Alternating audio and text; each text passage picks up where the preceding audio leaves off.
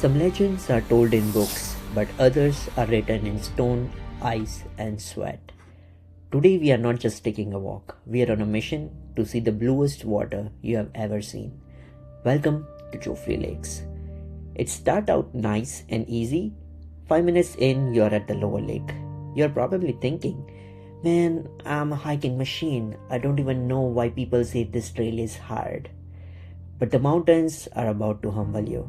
Just a few minutes later, the flat ground disappears and the real hike begins. For the next 3 kilometers, it's steep and tough. Your legs will feel every single step, and you will definitely be questioning your life choices. But just when you think you've had enough, the trees open up. You have reached the high meadows. Standing there among the tall trees and massive peaks, you finally see how huge this place really is. It's a view that makes all that sweat worth it. About 3.5 kilometers in, the forest clears and you won't believe your eyes. The middle lake. The water is a magical turquoise color that doesn't even look real. And of course, you will see the famous floating log. It's the best spot for a photo. Just try to stay balanced or you're going for a very cold swim. After a quick break, you keep moving. A few minutes later, you will hear it before you see it. Holloway Falls.